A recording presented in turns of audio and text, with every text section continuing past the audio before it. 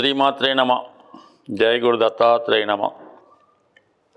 ఈ వీడియోలో మనం కర్కాటక రాశి వారికి యోగించే దశలు, అంటే ఏ గ్రహం యొక్క దశలో కర్కాటక రాశి వారి యొక్క అదృష్టం జీవితంలో స్థిరపడడం జరుగుతుంది అన్న విషయాన్ని ఈ వీడియోలో తెలుసుకునే ప్రయత్నం చేద్దాం.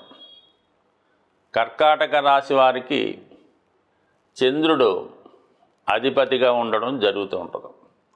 కామన్గా ప్రతి లగ్నం వారికి ఆ లగ్నాధిపతి కంపల్సరిగా శుభ ఫలితాన్ని ఇవ్వడం జరుగుతూ ఉంటుంది.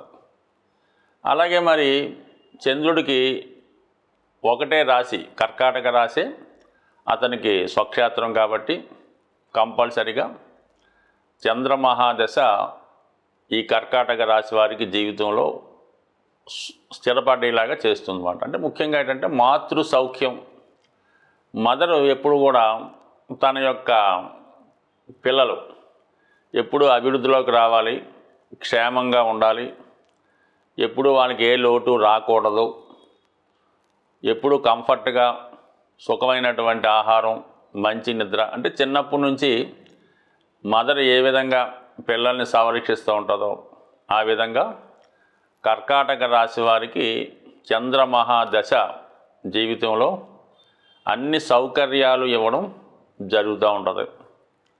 మరి చంద్రుడు అమావాస్య, పౌర్ణమి ఈ దశలను బట్టి ప్రతిరోజు తన కళల్ని మార్చుకోవడం జరుగుతూ ఉంటుంది. కాబట్టి చంద్రుడు ఉన్నటువంటి స్థితిని బట్టి ఆ దశ కూడా రావడం జరుగుతుంటుంది. అంటే ఒక అమావాస్యలో పుట్టిన వాళ్ళకి ఒకలాగా, దశమి అలాగా కొద్దిగా తేడా ఉంటుంది.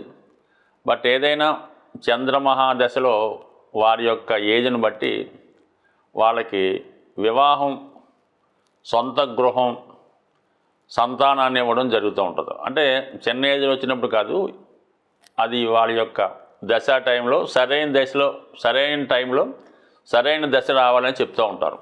అందుకనే ఏదైనా చంద్రమహాదశ కర్కాటక రాశి వారికి మంచి ఫలితాన్ని ఇవ్వడం జరుగుతూ ఉంటుంది.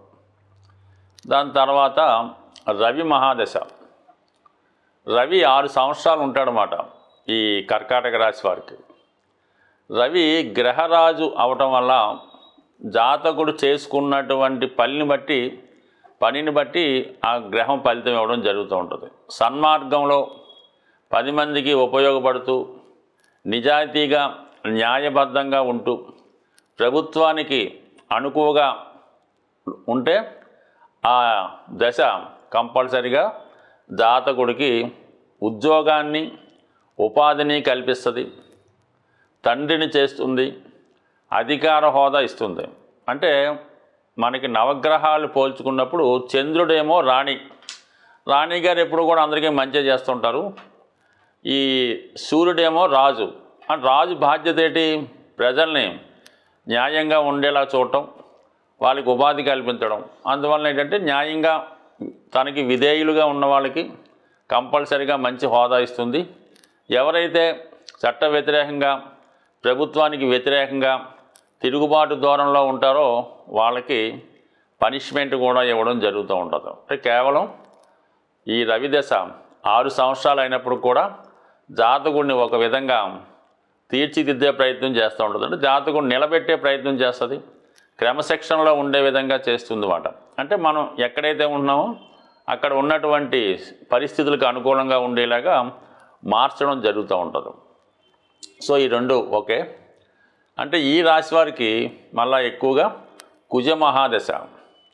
అంటే కుజుడు వీళ్ళకి 7 సంవత్సరాలే దశ ఉంటుంది, కానీ కుజుడు యోగకారకుడు. అందువలన ఏంటంటే కుజ మహాదశలో ఉద్యోగం ఇవ్వడం జరుగుతుంది, సంతానం ఇవ్వడం జరుగుతుంది, భూములు, స్థిరాస్తుల మీద లాభాన్ని, ఆదాయాన్ని కలిగించడం జరుగుతూ ఉంటుంది. అయితే ఈ దశలో వీళ్ళు ఎక్కువగా సొంత ప్రయత్నాల కన్నా ఇతరుల కొరకు ఎక్కువగా కష్టపడుతుంటారు, ఇతరులకి అభివృద్ధి చేసే విధంగా ఉంటారు. బట్ ఏదైనా అప్పటిదాకా ఏ పని పాట లేకుండా లేజీగా ఉన్నవాడు కుజ మహాదశ రాగానే స్వతంత్రంగా సంపాదించి పౌరుషంగా నిలబడి తనకు తాను పోషించుకుంటూ తన కుటుంబాన్ని పోషించుకునే విధంగా ఉంటుంది. సో కుజమహాదశలో రుణాల నుంచి విముక్తి లభిస్తుంది. అలాగే వృత్తిలో స్థిరదక్కోవడం, పాలిటికల్స్లో పాల్గొనడం ఇవన్నీ కామన్గా కుజమహాదశే. అంటే కుజుడు యోగకారకుడు కాబట్టి కర్కాటక రాశి వారికి కుజమహాదశే ఎటువంటి ఇబ్బంది పెట్టకుండా మంచి ఫలితాన్ని ఇస్తుందన్నమాట. అయితే మరి తర్వాత గురు మహాదశ. గురువు ఈ రాశి వారికి షష్ఠ భాగ్యాధిపతి అవడం వల్ల సగం మంచి ఫలితాలు, సగమేమో ఇబ్బంది పెట్టే ఫలితాలు ఇవ్వడం జరుగుతుంది. అంటే ఇబ్బంది అంటే ఏమీ ఇబ్బందుల్ని కష్టాలని కలిగించడం కానీ కొద్దిగా క్రమశిక్షణగా, అంటే ఒక విద్యార్థి చదువులో వెనకబడి ఉంటే అతని ఎడల ఉపాధ్యాయుడు ఎటువంటి పరిస్థితి కల్పిస్తాడో, ఏ విధంగా శిక్షిస్తాడో ఆ విధంగా శిక్షించడం జరుగుతూ ఉంటుంది గురు మహాదశలో. షష్ఠ భాగ్యాధిపతి అవ్వడం వల్ల అంటే ముందుగా శిక్షించి బాగా ట్రైనింగ్ ఇచ్చి దాని తర్వాత జాతకుడిని ఒక మంచి మార్గంలో పెట్టి స్థిరపెట్టడం జరుగుతూ ఉంటుంది. అంటే మొత్తం మీద ఏంటంటే ఈ కర్కాటక రాశి వారికి రవి, చంద్ర, కుజ, గురు ఈ 4 దశలు ఎప్పుడొచ్చినా సరే చాలా వరకు శుభాన్ని ఇస్తుంటాయి అంతర్దశల్లో కూడా.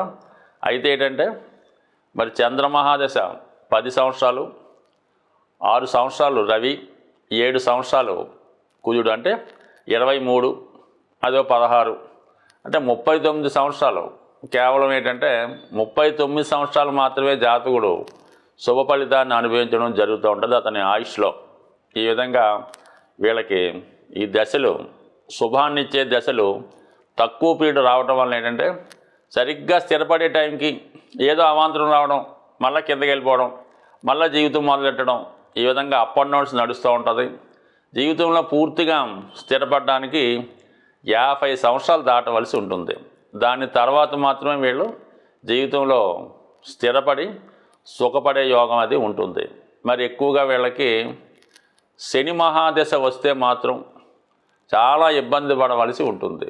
ఒక విధంగా మారకుడు, ఒక విధంగా అష్టమాధిపతి. అందుకే 99% కర్కాటక రాశి, కర్కాటక లగ్నం వారికి వివాహ జీవితం చాలా ఇబ్బంది పెడుతూ ఉంటుంది. అంటే వివాహం తర్వాత ఒక విధంగా ఉంటుంది, వివాహం ముందు ఒక విధంగా ఉంటుందన్నమాట వీళ్ళ యొక్క జీవితం. అందువల్ల ఏంటంటే ఈ కర్కాటక రాశి వారికి శని మహాదశ వచ్చినప్పుడు చాలా వరకు మరి భార్యాభర్తల మధ్య ఎడబాటు, ఉద్యోగం కోల్పోవడం, రాజ్యాన్ని కోల్పోవడం, ఇవి సాక్షాత్తు పరమాత్ముడైనటువంటి శ్రీరామచంద్రుల వారికే శని మహాదశలో ఆయన రాజ్యాన్ని కోల్పోవడం, అంటే కోల్పోవడం కాదు, టెక్నికల్గా అనుకోవాలి కొంతకాలం పాటు దూరంగా ఉండవలసి వచ్చింది. అంటే మళ్ళీ తిరిగి రావడం జరిగింది.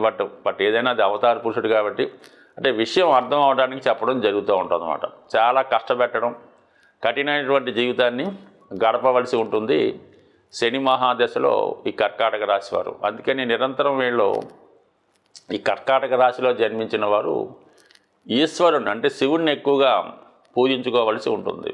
మరి శ్రీరాముల వారు కూడా యుద్ధానికి వెళ్ళే ముందు దాని తర్వాత కూడా శివుణ్ణి ఆరాధించడం, శివుని యొక్క మరో రూపమైనటువంటి హనుమాన్ మరి తనకి సహాయంగా ఉండడానికి ఇవన్నీ కూడా అంటే అలాగ ఇలాగ కూడా అనుకోవచ్చు. బట్ కానీ మనకున్న అవగాహన ప్రకారం ఈ కర్కాటక రాశి వారు జలతత్వ రాశి అవ్వటం వల్ల నిత్యం అంటే మరి వాళ్ళ అవకాశాన్ని బట్టి శివుడికి శుద్ధమైనటువంటి జలంతో కానీ ఆవు పాలతో కానీ అభిషేకం చేసుకోవడం వల్ల చాలా మంచి ఫలితాన్ని, ప్రశాంతమైన జీవితాన్ని పొందడం జరుగుతుంది. స్వస్తి.